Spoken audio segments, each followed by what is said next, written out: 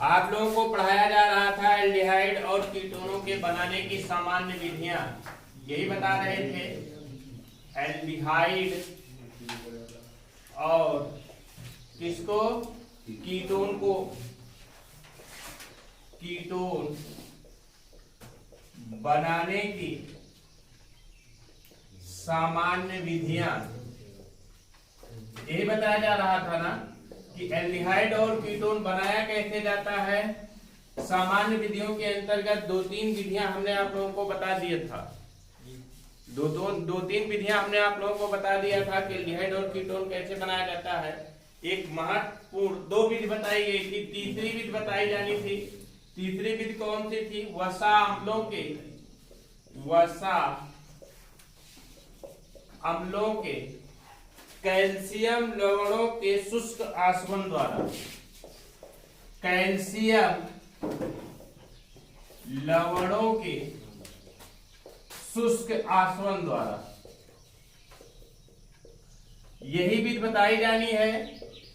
ये विधि कैसे काम करती है, किस तरीके से हम इस विधि के द्वारा एल्डिहाइड और कीटोन का निर्माण करते हैं। इस विधि को जानने से पहले सबसे पहले आपको जानना पड़ेगा वसा अम्ल कहते किसे हैं। फिर उसके बाद जानना पड़ेगा वसा अम्ल के कैल्शियम लवण क्या होते हैं, तब बनाने की विधि जानिए। वसा अम्ल क्या होते हैं? जिसमें कार्बोक्सिल समूह होता है, बांड COH समूह होता है, उसे वसीय अम्ल कहा जाता है। क्या कहते हैं? जिसमें कार्बोक्सिल समूह उपस्थित होता है उसे हम वसीय अम्ल कहते हैं। और जैसे RCOOH या CH3COOH, RCOH वसीय अम्ल की श्रेणी का है, और R के स्थान पर मेथिल लगा दें तो CH3COH वसीय अम्ल है, या R के स्थान पर हाइड्रोजन भी लगा सकते हैं HCOH, या R के स्थान पर C2H5OH लगा सकते हैं COOH। ये भी क्या एक प्रकार का वसीय अम्ल है। अब वसीय अम्ल का कैल्शियम लवण क्या होता है कि जब वसीय अम्लों से हाइड्रोजन परमाणु का विस्थापन किसके द्वारा हो जाता है? कैल्शियम के द्वारा हो जाता है। जैसे RCOOH है प्लस RCOOH है, यहां से भी हाइड्रोजन निकल जाए, यहां से भी हाइड्रोजन निकल जाए, और दोनों मिलकर के क्या बन जाए? RCO का होल ट्वाइस इंटू किसके साथ जुड़ जाए? Ca के साथ जुड़ जाए, तो वसीय अम्ल का कौन सा लवण हो जाएगा? कैल्शियम लवण हो जाए। जैसे आप लोगों ने पढ़ा होगा वसीय अम्ल का सोडियम लवण, सोडियम साल्ट। सोडियम साल्ट क्या होता है कि RCOOH होता है, यहाँ से हाइड्रोजन परमाणु का विस्थापन किसके द्वारा कर दिया जाता है?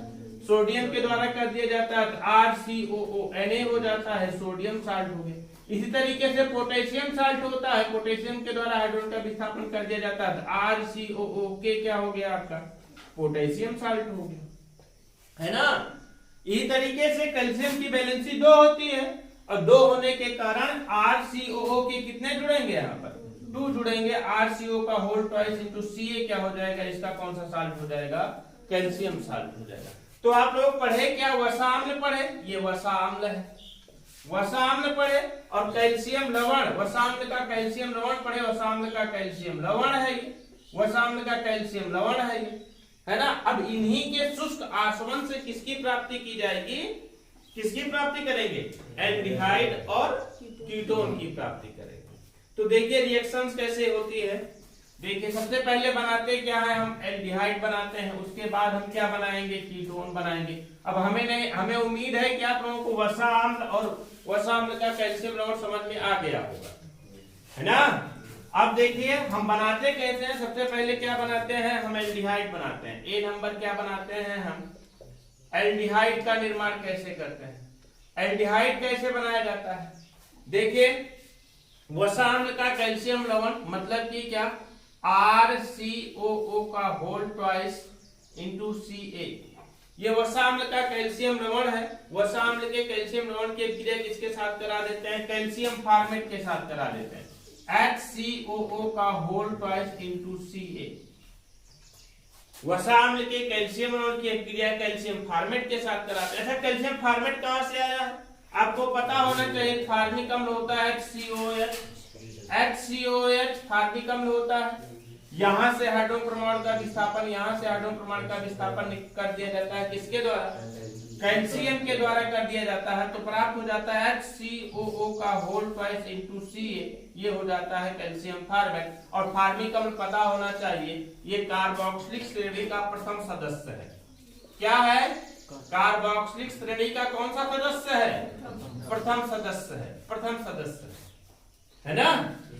तो ये कैल्शियम फॉर्मेट है और इसकी क्रिया वसा अम्ल को किसके साथ, वसा अम्लों के कैल्शियम साल्ट के साथ कराते हैं, वसा अम्लों के कैल्शियम साल्ट के साथ कराते हैं। किसकी क्रिया, कैल्शियम फॉर्मेट के साथ, कैल्शियम फॉर्मेट के साथ करा देते हैं। तो प्राप्त हो जाता है क्या, 2RCHO, RCHO मतलब कि एल्किल ग्रुप, और निकल जाएगा क्या आपका 2CaCO3 कैल्शियम कार्बोनेट। देखिए अब क्रिया अभी नहीं समझ में आई हो तो थोड़ा सा विस्तार करके मैं बताऊंगा इस क्रिया को किस तरीके से क्रिया होती है। RCOO नेगेटिव, RCOO नेगेटिव और फिर Ca2 पॉजिटिव, ये इसी का तो विस्तार है। देखिए RCO नेगेटिव दो है ना, और Ca2 पॉजिटिव, इसका बात करते हैं तो क्या है, HCOO नेगेटिव और Ca2 पॉजिटिव, यही तो हो रहा है। अब देखो बेटा यहां से क्या निकल जाएगा आपका CaCO3, क्या निकल जाएगा, देखिए CaCO3 ये निकल गया है ना, और यहां पर भी क्या निकल जाएगा, CaCO3 निकल जाएगा, है कि नहीं, प्राप्त हुआ कि नहीं। अब यहां से क्या बन जाएगा आपका RCHO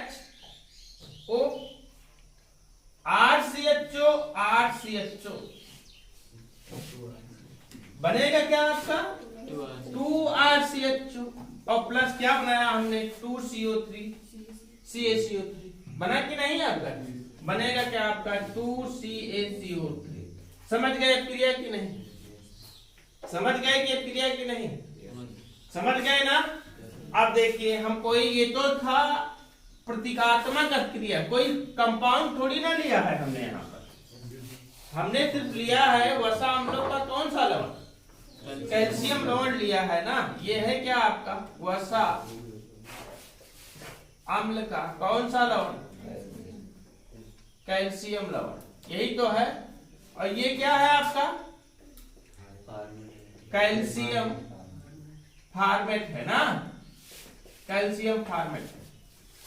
अब देख लीजिए वसा अम्ल के कैल्शियम लवण में लेते हैं हम कैल्शियम एसीटेट को, कैल्शियम एसीटेट की बात करते हैं तो R के स्थान पर मेथिल लगा देते हैं CH3COO का होल ट्वाइस इनटू Ca, यहाँ पर लगा देते हैं HCOO का होल ट्वाइस इनटू Ca, तो बन जाएगा क्या 2CH3CHO और प्लस 2CaCO3। समझ गए कि नहीं, समझ गए ना रिएक्शन। अगला देखिए, अगला किसको बनाना है हमें, कीटोन को बनाना है। बी नंबर किसको बनाना है हमें, कीटोन। कीटोन कैसे प्राप्त होता है इसको देखिए, कीटोन की प्राप्ति कैसे होती है। देखिए अगर हमें एल्डिहाइड बनाना था तो क्या किया हमने, वसा अम्ल के कैल्शियम लवण को कैल्शियम फॉर्मेट के साथ गर्म कर दिया, वसा अम्ल के कैल्शियम लवण को कैल्शियम फॉर्मेट के साथ गर्म कर दिया। और हमें अगर एल्डिहाइड कीटोन बनाना है तो डायरेक्ट कैल्शियम लवण, वसा अम्ल के कैल्शियम लवण को सीधा सीधा गर्म कर देते हैं, सीधा सीधा गर्म कर देते हैं। तो किस तरीके से क्रिया होती है देखिए, बहुत आसान से क्रिया, RCOO का होल ट्वाइस इनटू Ca, इसको डायरेक्ट हीट कर देते हैं तो क्या निकल जाता है आपका R bond CO bond R, और प्लस क्या निकल जाएगा आपका CaCO3। नहीं समझ में आया क्रिया कैसे होगा, क्रिया देखिए RCOO और Ca2 पॉजिटिव नेगेटिव है ना, यहां से निकल क्या जाएगा CaCO3, यही तो प्राप्त होगा। देखिए कैल्शियम कार्बोनेट की प्राप्ति हो गई कि नहीं, CaCO3 की प्राप्ति हो गई, और फिर प्राप्त क्या हुआ आपका RCO R, देखो निकला कि नहीं निकला। अब ले लेते, समझ गया क्रिया कि नहीं इसको। अब ले लेते हैं कैल्शियम फॉर्मेट, क्या लेते हैं हम, कैल्शियम एसीटेट लेते हैं। कैल्शियम एसीटेट की बात करते हैं तो क्या लेते हैं, CH3COO का होल ट्वाइस इनटू Ca, गर्म कर देते हैं तो जहां R लगा है वहीं पर क्या लग जाएगा, CH3CO प्लस CaCO3, इसका नाम क्या होता है, एसीटोन। एसीटोन की तरह विस्तार कर लीजिए, उसमें कौन सी बड़ी बात है, आप विस्तार कर लीजिए इसको थोड़ा सा विस्तार कर लीजिए, शार्ट कर दिया था, अब इसको विस्तार कर लीजिए इस तरीके से, बस यही तो है। या इसको भी हम इस तरीके से लिख सकते हैं, डबल बॉन्ड हो, कीटोनी समूह हो जाएगा, बीच में लग जाएगा। तो कैसे प्राप्त करते हैं समझ गए ना। लेकिन ध्यान दीजिएगा, कीटोन प्राप्त करने के लिए हम यहाँ पर फार्मिक अम्ल को नहीं गर्म करेंगे, HCOH के कैल्शियम इॉन को, मतलब कि जैसे HCOO का होल ट्वाइस इनटू Ca का प्रयोग यहाँ पर हम नहीं करेंगे। लिखा भी जाता है, बताया ही जाए, यही कारण है इसका। कारण क्या है, क्योंकि इसमें एल्किल ग्रुप नहीं है और कीटोन में एल्किल ग्रुप कंपल्सरी है। समझिए हमारी बात को, क्या ये वसा अम्ल का कैल्शियम इॉन नहीं है? है। अब ये डायरेक्ट कहा जाए कि वसा अम्ल के कैल्शियम इॉन को सीधा सीधा गर्म कर देंगे तो हमें कीटोन प्राप्त हो जाएगा, तो ये गलत होगा। क्यों गलत होगा? क्योंकि वसा अम्ल के अंतर्गत एक वसीय अम्ल आता है, कौन सा आपका वसा अम्ल का कैल्शियम इॉन आता है, कौन सा आपका कैल्शियम फॉर्मेट, और कैल्शियम फॉर्मेट को गर्म करते रहे, सोचो कीटोन की प्राप्ति हो जाए, एसीटोन की प्राप्ति हो जाए, तो ये संभव नहीं है। क्यों नहीं संभव है? क्योंकि इसमें एल्किल ग्रुप नहीं है ना। तो यहां लिखेंगे क्या, फार्मिक अम्ल के कैल्शियम लवण को छोड़कर या कैल्शियम फॉर्मेट को छोड़कर अन्य वसा अम्ल को गर्म करने पर किसकी प्राप्ति होती है, कीटोन की प्राप्ति। समझ गए कि नहीं? रिएक्शन समझ गए ना, नोट कर लीजिए रिएक्शन इसको।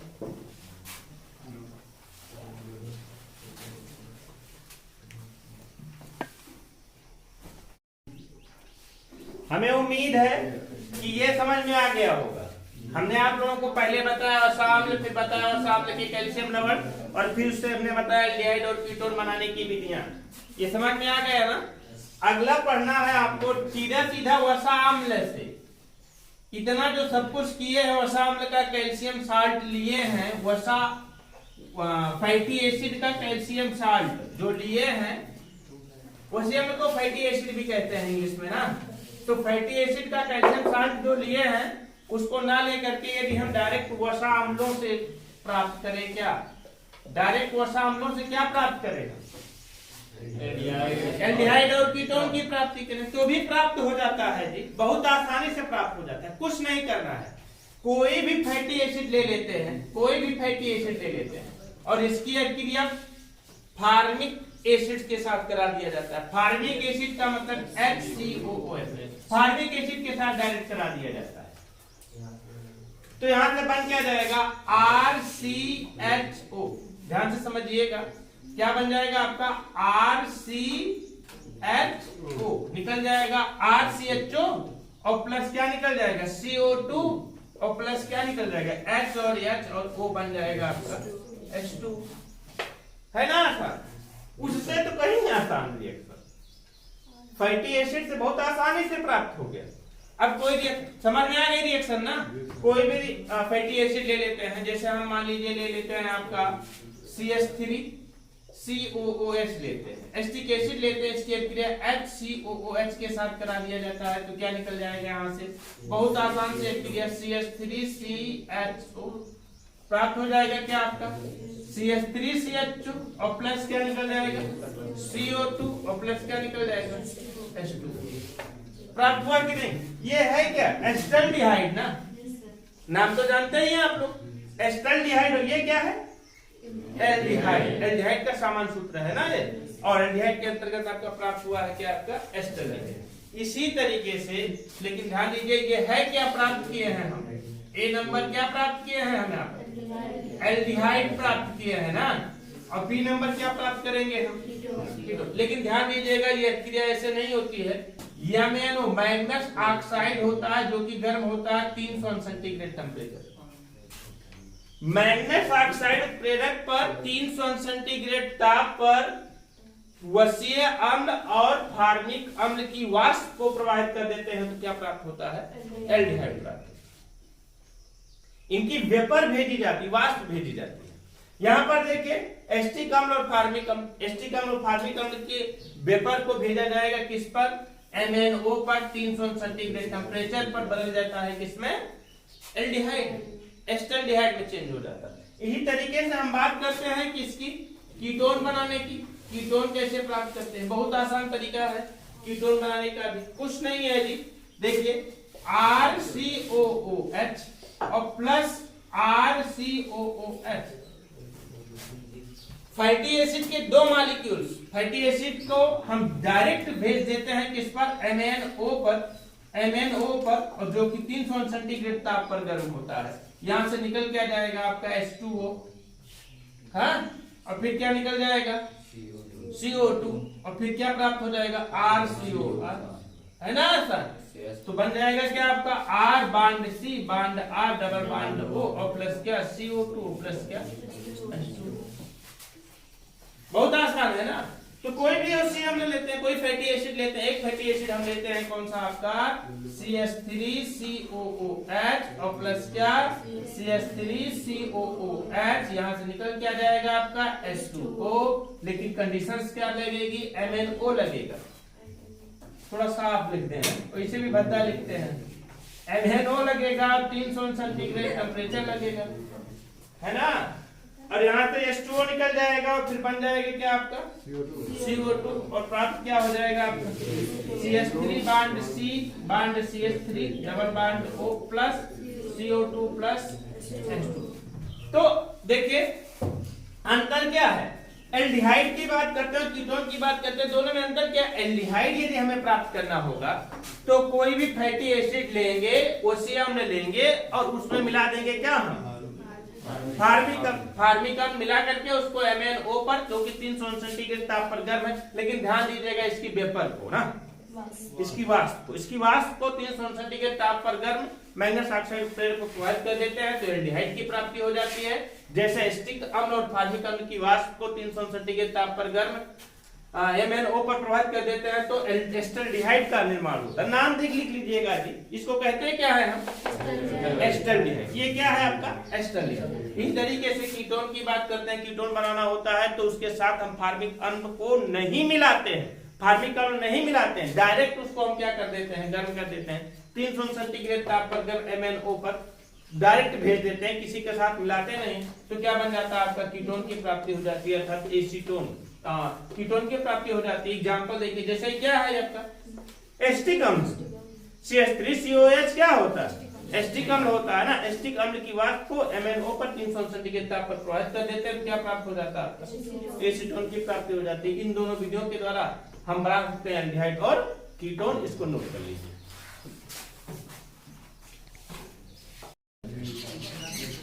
देखिए ये तो था कि सीधा सीधा हम किससे बनाए?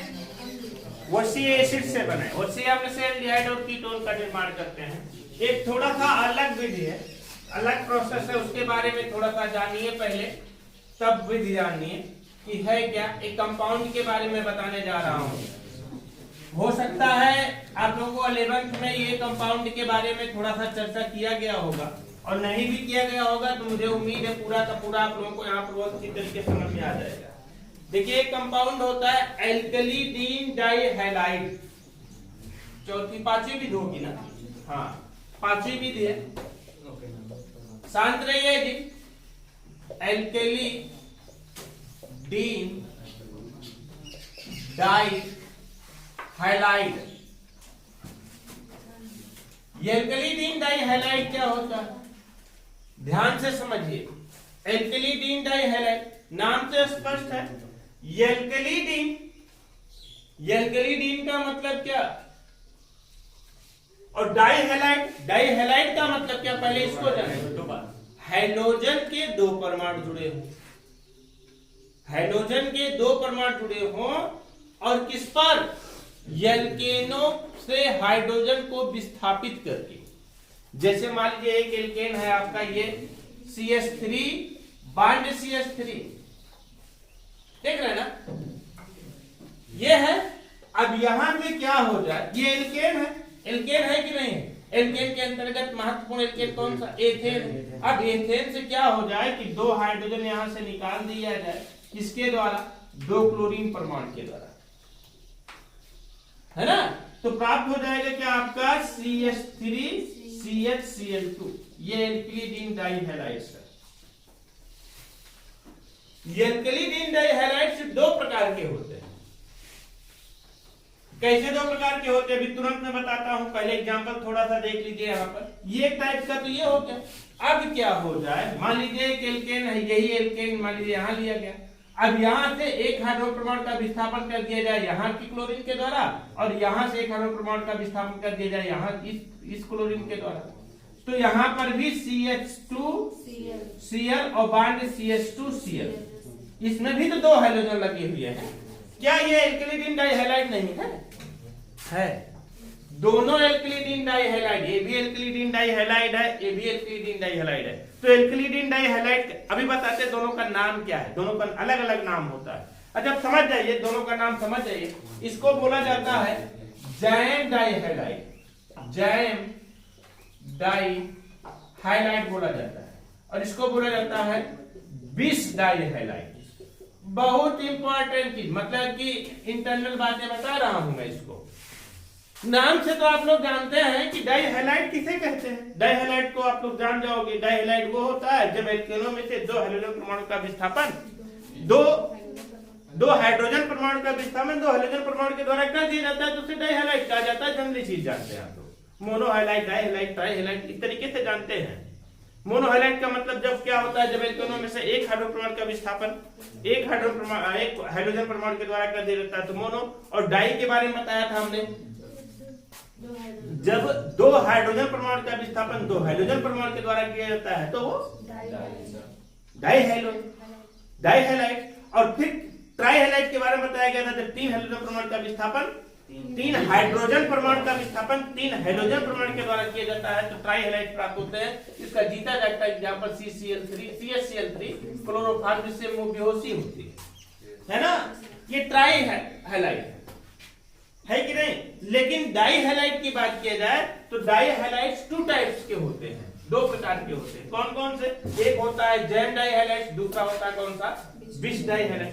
जैम डाइहैलाइड्स किसे कहा जाता है कि जब एल्केनों के दोनों हाइड्रोजन परमाणुओं का विस्थापन एक ही कार्बन परमाणु से हो जाए।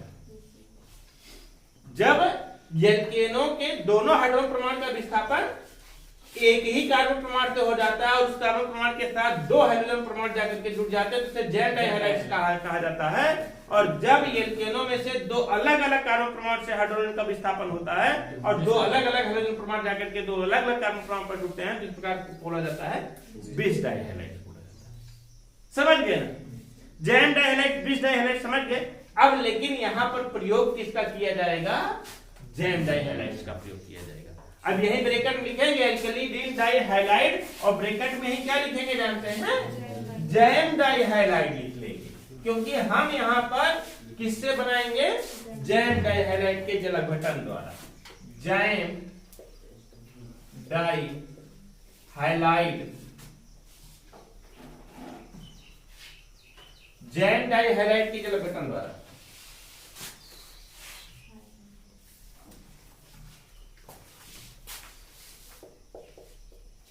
इसको एक ब्रैकेट लिख लीजिएगा।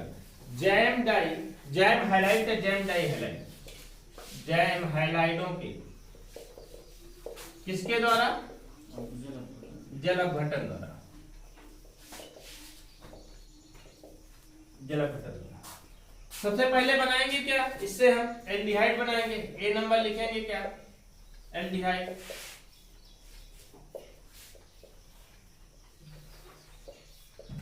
एल्डिहाइड का निर्माण कैसे करते हैं? ध्यान से समझिए। एल्डिहाइड कैसे बनाया जाता है? इसके द्वारा।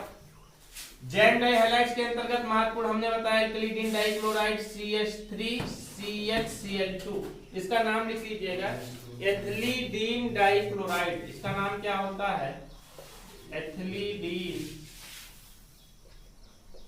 डाइक्लोराइड। इसको इसको हम किसके साथ, KOH के साथ, 2KOH के साथ गर्म कर देते हैं। तो बहुत आसान सी क्रिया होती है। पहले रिएक्शन देख लीजिए, क्या बनेगा, यहाँ पर 2KCl बन जाएगा। क्या बनेगा, 2KCl बनेगा, और OH का 2 है, OH का 2 परमाणु जाकर इसके साथ लग जाएगा और प्राप्त हो जाएगा क्या आपका CH3CHOH का होल ट्वाइस, जो कि एक अस्थायी कंपाउंड है। अस्थायी कंपाउंड है, यहाँ पे इसको डायरेक्ट लिख लेंगे, क्या है, अस्थायी है।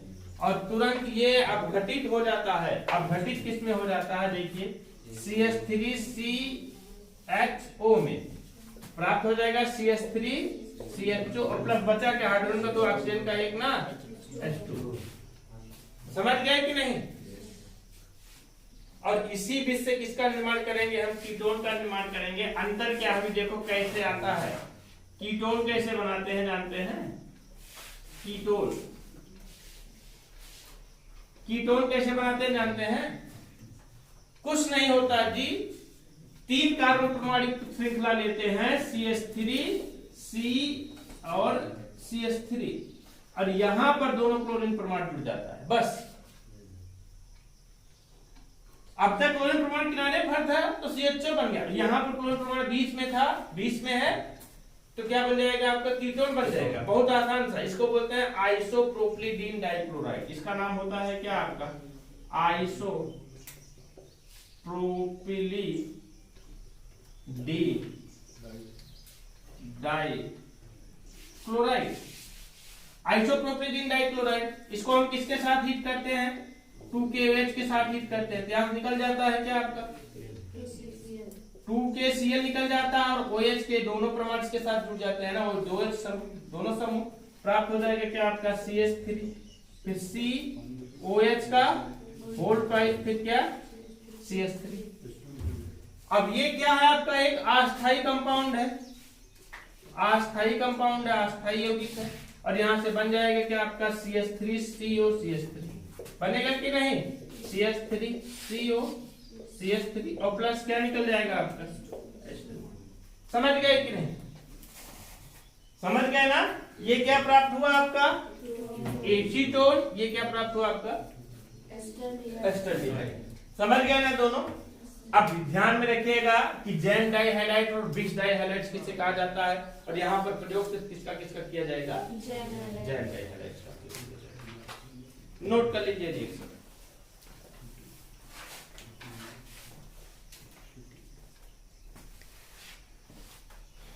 इसके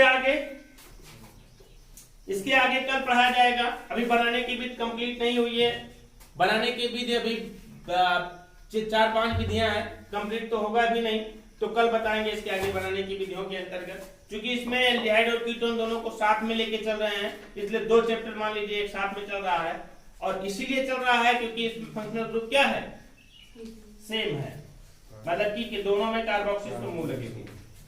तो थोड़ा सा लंबा टॉपिक है, लेकिन चलने दो धीरे धीरे, लेकिन रिवाइज जरूर करते रहिए आप लोग। जब तक रिवाइज नहीं करेंगे तब तक कुछ नहीं होने वाला। मैं बता दे रहा हूँ, रिवाइज जरूर करते रहिए।